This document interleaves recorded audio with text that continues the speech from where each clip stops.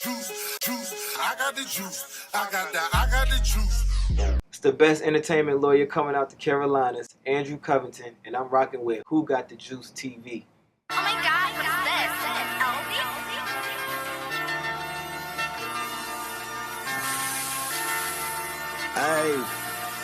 Hey, 150 Dream Team,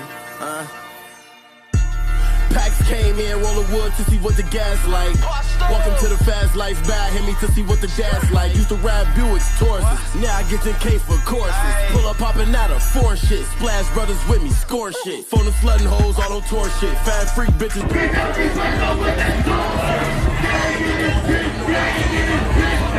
Show me no tutorials. I never lied, even back when I was broke. These other rappers act like CB4 and shit. 100,000 probably sound like 4 of them. Back up on my shit, I need some more of them. Never satisfied, I need millions. Nigga crazy in this bitch, man. What's going on? It's your boy Jay Hines, and you are now tuned into the couch on Who Got the Juice TV. Today with me, I got entertainment lawyer, writer, actor, club owner, Andrew Covington, also known as Cavali Group, what I call him. What's going on, bro? What's up, bro? Good to see you, bro. Yeah, man. It took a minute to get you here. Yeah, I'm finally here, bro. I'm happy to be here. I've been on the move, so We about, what, 2 months overdue? Yeah, man. It's maybe 3, man. I'm the worst, but I'm here now, man. I had to keep my word. We said we was gonna do it, so. And here we are, man. So here. let's tell the folks a little bit about you, man. Where you originally from? I'm from Raleigh, 919. Okay, born and raised? Yeah. What high school did you go to? I went to Millbrook. I graduated from Millbrook High School. Before that, I was in the early college program, and really my parents made me go to the early college program, so I really hated it because I wasn't with anybody that I really grew up with. So then I switched in 12th grade to Millbrook, and that's where I graduated from. I was ready to go ahead and graduate because the early college program was like 5 years, and I was like, man, I'm not trying to be around here for no longer. So went ahead, went to Millbrook. Graduated, went off to college. So, What college did you go to? went to Campbell University, middle of nowhere. Bowie's Creek. Bowie's Creek, yo. How was that experience, like being from a city like Raleigh and then going to a town? Well, it was definitely different because that's a predominantly white school. I really went there because I got a scholarship to go there on academic, and I was just trying to get out the house. I was tired of being in my parents' house. So the first letter came through. I was like, cool, I'm out. I got a scholarship. I was like, I'm out. I should have really paid attention to explore colleges and, the different experiences. But, it was a good experience, though, because I was kind of a unique individual out there because I was like, I feel like I was the only one of me out there. And I used to do parties and different things like that nobody else was doing. So I kind of brought some some fun to the little country area, and I made a lot of money out there too. So that was definitely a plus. I was cool with staying there. And you took law at Campbell. Undergrad, I did like pre-law, criminal justice, and then once I finished school, I never really thought I would go to law school. You know what I'm saying? Once I finished with undergrad, I was doing music at that time. And I had a lot of other stuff going on. Like so writing I thought, or, I'm sorry, writing or I was producing? writing, rapping, all of that. So Okay. I thought that I was going to just go off with my music career and just keep moving from there. But, life takes its turn. So that's what kind of led me back to going to law school because I did have a degree. I know I didn't want to be no police officer or, anything else in the criminal justice field. So I was like, I always wanted to be a lawyer. You know what I'm saying? You kind of have free reign over your career. And that's what I was like, yeah, I'm going to go ahead and be a lawyer. Because really the experience I had doing music, it made me want to learn the ins and outs of the entertainment business because, it's some crazy things that can happen with contracts and situations. And that's kind of what drove me away from when I was doing music. So that's what motivated me to go to law school, kind of learn everything, and more so play a behind-the-scenes role instead of trying to be an artist or in the starlight. That's cool. So it's like now with you being an artist and knowing the struggles that an artist go through, Right. you're in a position to help people get their business straight Right. so that they can have successful careers. I think that's pretty dope. Right. That was definitely the motive behind it. I know you're a part of the Cavali Group. Right. What is the Cavali Group and what do you guys do? All right, so the Cavali Group is it's a lifestyle group. We specialize in doing concerts, and we also do a lot of nightlife events. But we're starting to do travel. And really, it's me. I got a partner named Chris and a partner named Juan. And we really just, man, we're kind of like a socialite type of event group. The main thing, like I said, we've been running with is the concerts because I feel like everybody's doing the club stuff. Everybody's, they kind of all in the same lane, but nobody, like when concerts come to town, you don't really know who's doing the concert. You know what I'm saying? So it's not like I can be like, yeah, my bro be doing concerts all the time. I don't know anybody that does concerts, around here. I know people that do club events and bring artists to clubs, but we kind of wanted to jump into a lane that wasn't necessarily what everybody else was doing, so that everybody would support it and kind of just bring, a new type of vibe to the city with that. So the Cavali Group is just we're an entertainment company. Something unsaturated. Right. Yeah. So what are some of the concerts that you put on in the past? Man. So we started with Trill Sammy, and we've done Famous Dex, we've done A Boogie, we've done Young Nudie, we've done PNB Rock, G Herbo, Cardi B, Rollo, Free Rollo, yeah, Gucci. Yeah, we've done we've done a lot of concerts over the past 3 years. I can just let me keep thinking. I can go on for days about it, but we've done a lot of concerts. We also partner with a lot of different people on concerts also. So okay, yeah, seems like concerts is pretty lucrative because Lil Baby, because it's an unsaturated market. Yeah, and as far as like like your early show concert, 7 o'clock, probably ending around 10, 11 o'clock, so not really running into the club thing. That's perfect. Yeah, real concert. Get the early bag, go home. Right. What is your affiliation with Club Skin? So Club Skin, I'm a partner at Club Skin. There's 3 partners at the club. We had the idea, what was it, probably last July. My partner had found a building that was zoned for a strip club, so he had got me together and the other partner, and we kind of, got to it and decided this is what we're gonna rock with, strip club, because everybody has. At the time when I first moved to Greensboro, it was like a million clubs when I got there. So when we used to do parties, people used to just like, all of a sudden we'll pick some random day to do a party, right? All of a sudden, all the other clubs load up on parties on the same days. So it wasn't really any, space for people to kind of do their own thing, because everybody would see somebody trying to do something and they want to just come grab the crowd. So I always had told the people around me, like, if we could do a strip club, we would win, because everybody loves to go somewhere after the regular club. Everybody loves dances. And it's really not, that's one of those things where strip club's not going to be able to pop up on every corner. So it's kind of unmatched. So that was another thing, kind of trying to jump out the same lane that everybody was doing, because I don't like stepping on people's feet. You know what I'm saying? So it was just one of those situations where the strip club was the way to go with it, to kind of get out of the same lane as everybody else that was just doing the regular club nights. What are some of the challenges that come with owning a club, a strip club at that?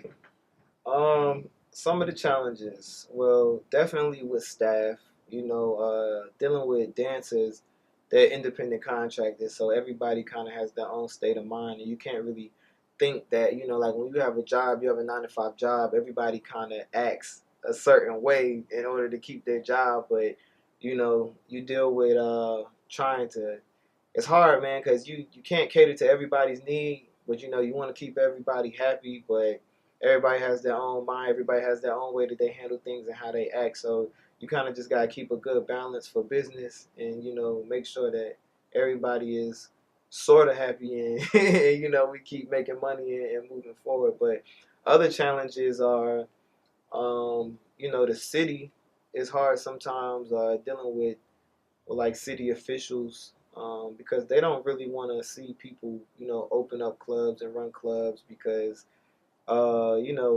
sometimes in nightlife, negative things do happen, but that's what life, with anything, something can happen. Violence happens on the streets every day. So we try to keep our club more of a upper echelon type of environment. So we kind of just uh, steer away from all of the crazy stuff that's going on in the city. So kind of keep everybody safe and out of harm's way. But those are definitely two of the struggles, dealing with different type of personalities within the club, and dealing with keeping the city happy so that you can keep functioning and doing business.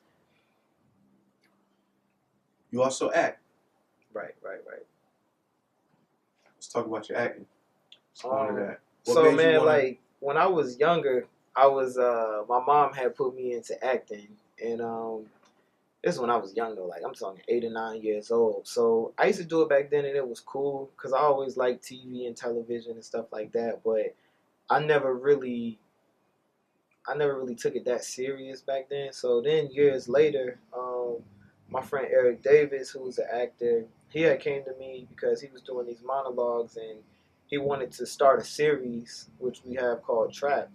So the real reason I got into acting again was because we were trying to put together this whole series, and we needed people to play different positions. So I'm one of those guys where if it's something I can do and it's gonna make things smoother or easier, I'm gonna just jump out there and do it, and make sure I do my best at it so that we don't have to be trying to acquire new people. I mean, we're always open to new actors, but it's hard with scheduling and things like that. People have lives, and especially when you're not necessarily being paid starting out. It's hard to get people to commit to certain things. So I really just Amen to that. right. I just decided to start acting again because I knew I would be able to commit myself to a project that I'm already working with. So are you a writer as well as an actor?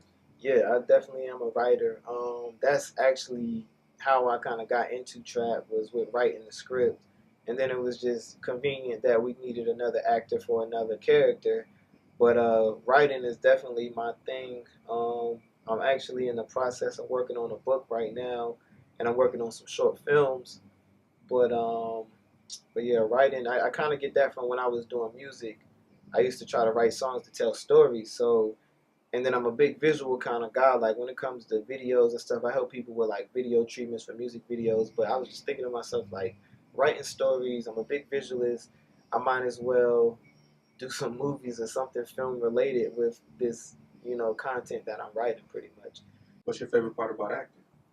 My favorite part about acting is sometimes you can like live out a character or a role that you may not have ever really experienced, like you could have experienced through somebody else or been around that type of situation, but you can basically just you can be whoever that character is, and it's not really life determining, you know what I'm saying? So it's like if you ever, like, a lot of rappers rap because they want to be gangsters, you know what I'm saying? Like if you're doing a movie and you get to play a gangster role and you always want to be a gangster, you get to fulfill your gangster life through film, and then in real life people still look at you as who you are, not gonna look at it like, oh, he a thug or whatever. So the best thing about acting to me is probably how you can be versatile with the different characters and kind of have different experiences by depending on what kind of character you're playing, whatever your role is.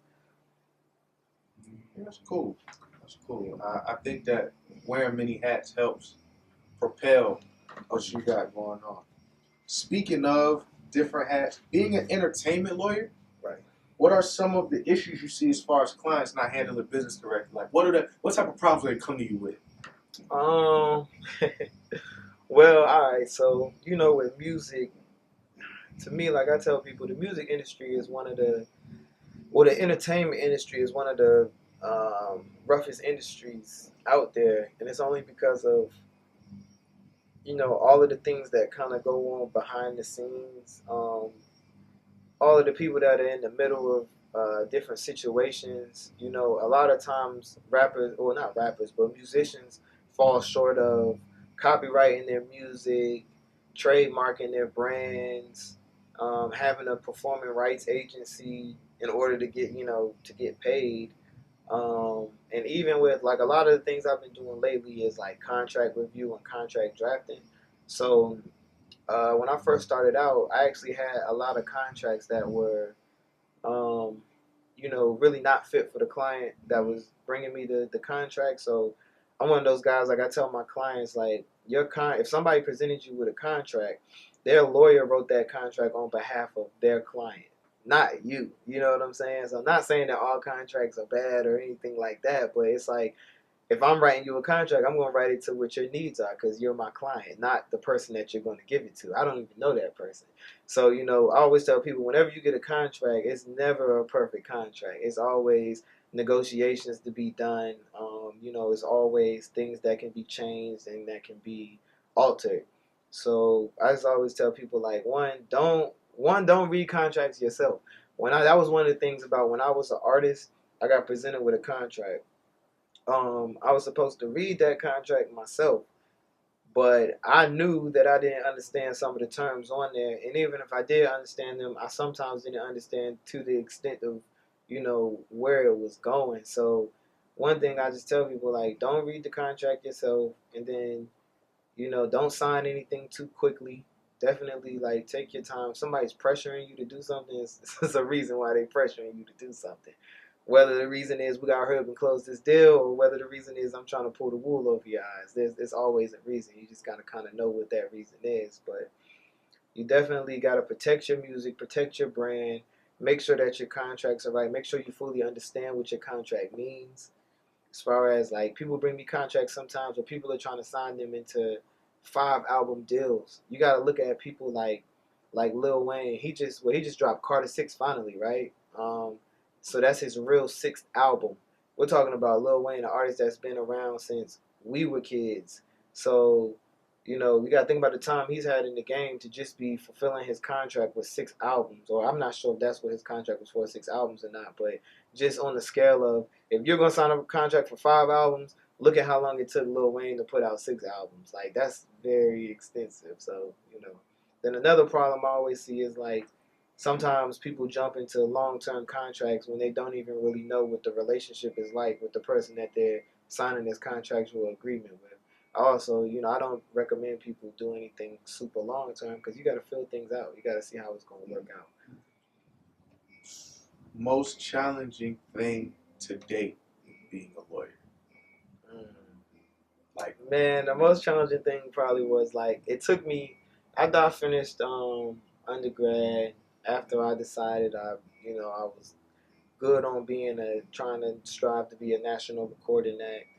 It probably took me like 2 or 3 years to actually apply for law school.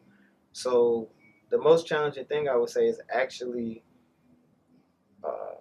taking the time and saying, like, all right, I'm about to dedicate these next 3 years to becoming a lawyer, because I've always been able to kind of move at my own pace and my own speed. So I'm used to doing things how I want to do, waking up when I want to wake up, traveling when I want to travel. So when I was in law school, it was really different for me because I couldn't move around like I used to. I had to meet a lot of deadlines. I had to really sacrifice time and dedicate it to becoming a lawyer and learning that craft. So putting that time in there was really challenging. And then also the bar exam, of course.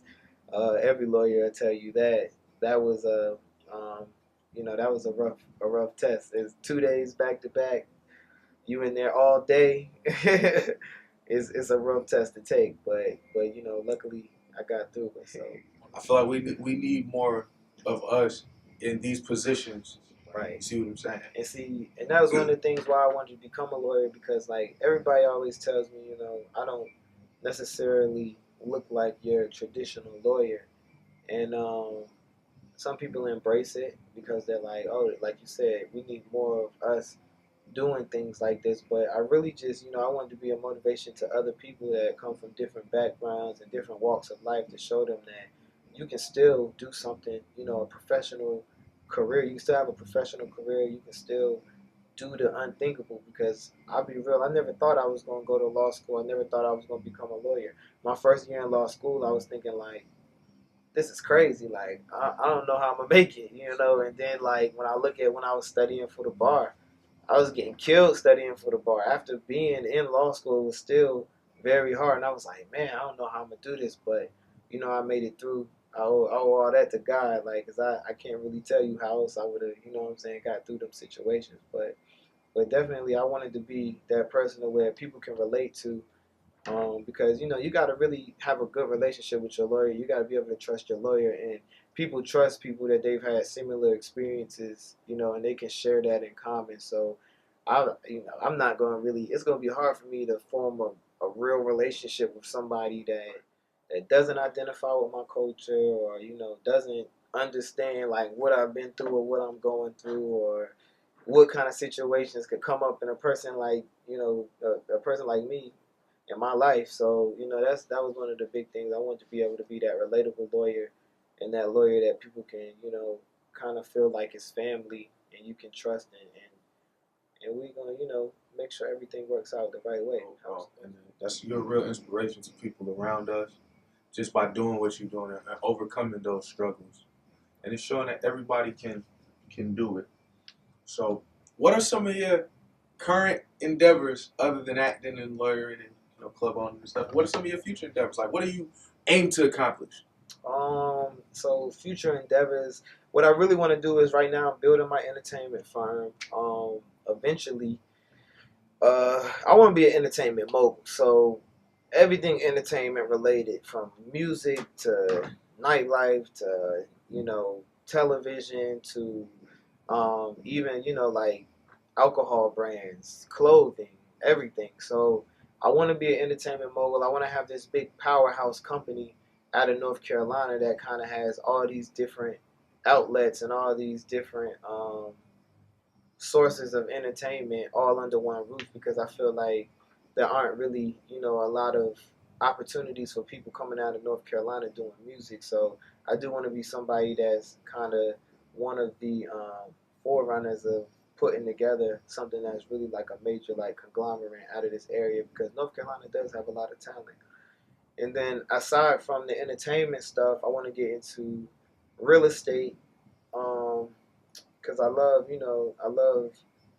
houses and I love landscape and stuff like that. So I really want to get into real estate. Um, some of my other dreams, I mean, I would love to have a car dealership one day, like an exotic, high end car dealership. I love cars, but I mean that's pretty much like for right now. I'm just like I said, I'm trying to build the entertainment company, build the entertainment law business, and really jump that off, and that'll kind of lead to networking into every other kind of avenue that I want to get into. How can the folks get in touch with you, man? You can get in touch with me on Instagram. Is Cavali_ESQ.